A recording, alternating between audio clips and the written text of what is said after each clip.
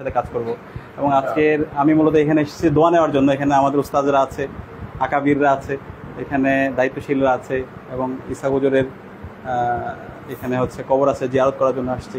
তো সত্যিকার অর্থে আমি অনেক বেশি পুলকিত হয়েছি এবং আমি সমৃদ্ধ লাইব্রেরি দেখছিলাম এখানে যে সংগ্রহে যে কিতাবগুলো আছে।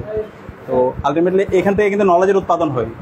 আমরা আজকে মাদ্রাসায় শিক্ষা ব্যবস্থায় আমাদের আলেম তৈরি না হওয়ার মূল কারণ হচ্ছে আমাদের এই লাইব্রেরি অথবা লাইব্রেরির মধ্যে যে ধরনের কিতাবগুলো থাকা দরকার সেই কিতাবগুলো নাই। তো কিতাবের সংস্পর্শ না থাকার কারণে আলটিমেটলি আমাদের যেভাবে কিতাবে আলেম তৈরি হওয়া দরকার, যেভাবে নসটা ভালোভাবে বোঝা দরকার সেটা হয় না। তো এখানে এসে যে পরিবেশটা আমি দেখতে পেয়েছি, শিক্ষার পরিবেশ এবং এলমের জন্য প্রতিযোগিতা, যে ফিকির মেহনত, এটা আমাকে অনেক বেশি উদ্বুদ্ধ করেছে, প্রাণবন্ত করেছে।